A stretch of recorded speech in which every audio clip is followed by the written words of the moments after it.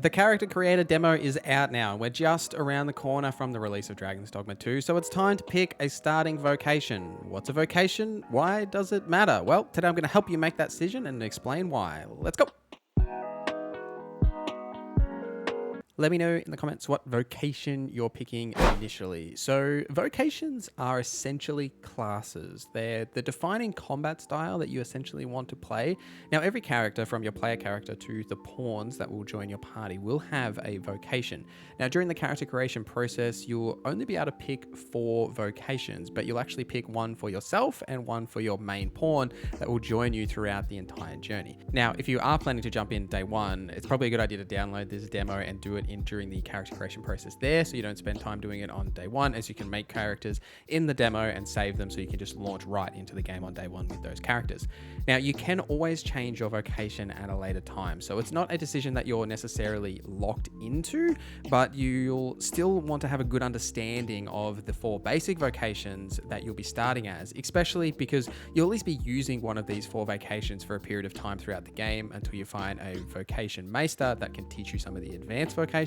And for the most part, these 4 are going to be the most common that you'll see from pawns to yourself throughout the game. Now, speaking of these starting vocations, there are actually those advanced vocations you can learn from maesters. Now, advanced vocations represent sort of like higher tier combat style, like specialist combat styles, like say a warrior, which can also be learned from a pawn. But then there's also some hybrid vocations that can only be learned via the player, something like the magic archer, sort of like a combo between a mage and an archer, obviously, that is locked to the player only. Pawns can't actually play as that vocation. Each vocation will have access to a set of weapon skills, core skills, and augments.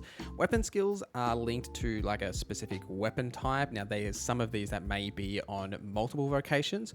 Core skills are specific to that vocation that you are, and augments are passive buffs, mostly specific to that vocation, though there are some common ones like conveyance and opulence that we'll see across multiple vocations, but for the most part, they're the unique parts of the vocations kit, so we'll cover these in a little bit of detail as we talk about the main 4. We'll start with the archer. Now, the archer and the thief is actually a split of the original strider vocation from the original Dragon's Dogma, but the archer vocation specializes in long-range attacks using a bow and an arrow. They perform their attacks from afar and can target enemies in high positions.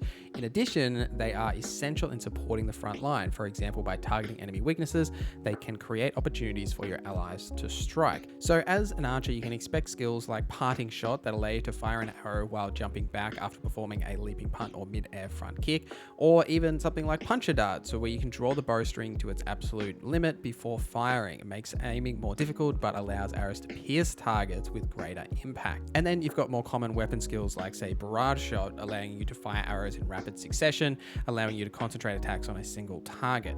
Now, for the archer specifically, you can expect to not necessarily be immediately in the front line. You'll sort of have someone in front of you that can take some of that brunt of damage, and you'll be like lobbing arrows over the top on top of them. And they're also good at ambushing targets with their ambuscan augment to do additional damage to attacks when targets are not in battle stance, or having endurance from having a higher maximum stamina, so essentially allowing you to fire more arrows in a period of time. So you can really expect to be sort of sitting back in sort of the mid-range firing arrows as an archer. The thief is the other half of the original strider. Now, thief attacks with deadly speed, deadly rapid, and consecutive strikes with daggers in both hands while exhibiting outstanding mobility. They quickly step away after striking and exploit openings to cling onto enemies and inflict heavy damage. They may also steal items from NPCs and enemies. So as the thief, you can really expect to be sort of that stealthy, thiefy character with a weapon skill like Shadow Cloak, allowing you to blend into the surroundings, rendering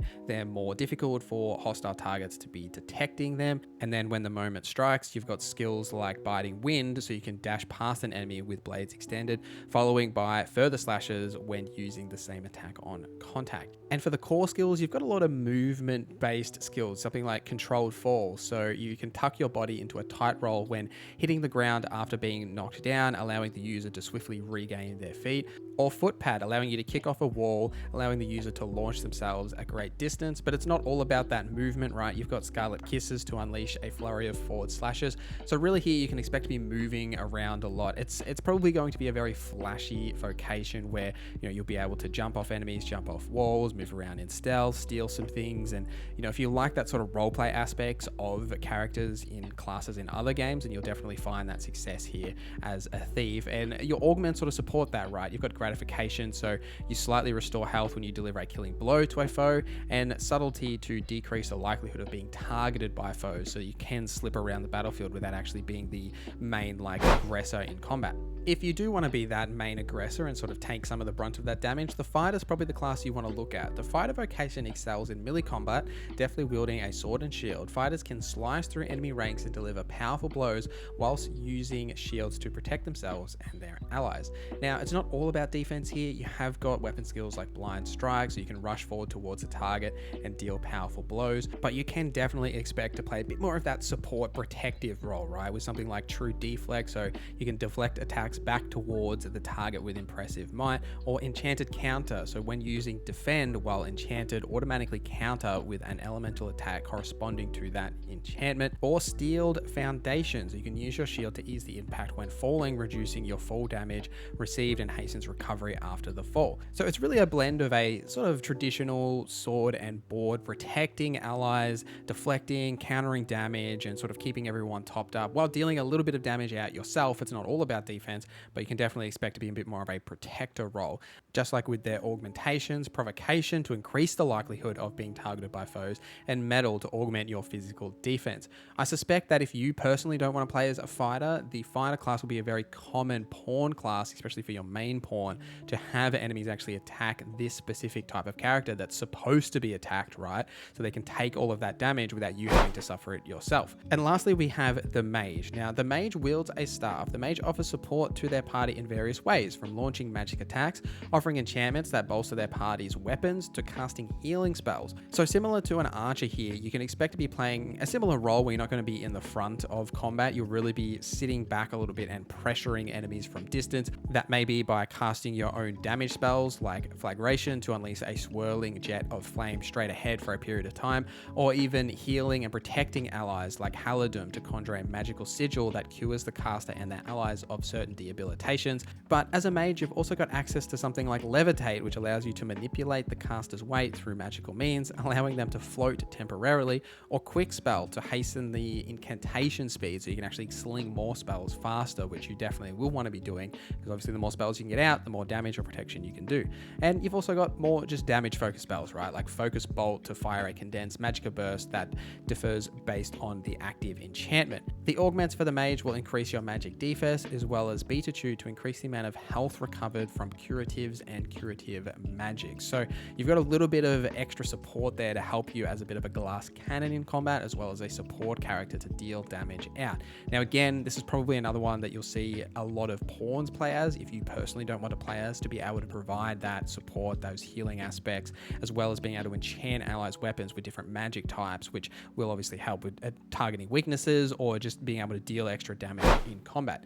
Now we've touched on it a little bit, but what vocation should you put your main pawn as? Now, there isn't really a right answer here, but what I would say is pick something that complements your main character, right? Let's say you're playing as a fighter, you probably want something like an archer or a mage to be a bit more of a ranged character to give you a bit more flexibility in combat, and then vice versa, right? If you're playing as a mage or an archer, you probably want someone to protect you like a fighter in those instances. Now, there will be pawns that won't just be these 4 initial vocations like we touched on earlier in the video, and you'll be able to change your pawn's vocation in the same way that you can change yours over time, so you have that flexibility in terms of what they're actually going to be playing as, but just thinking about it in that way as to what synergizes best, and don't just pick 2 that are exactly the same, as you'll often be finding equipment that you both want to use, or you might be sort of stepping on each other's toes in combat. But let me know in the comments down below if you spent time in the demo, what characters did you make, what vocations did you and your main pawn pick as well. I'd love to know, and if you've got any like role-playing aspects of your character as well, do let me know. I love reading that stuff. So let me know your thoughts in the comments down below. Thank you guys for watching this video till the end. Thank you to our members for supporting the channel. My name is NorZZa, and I hope you have a great day.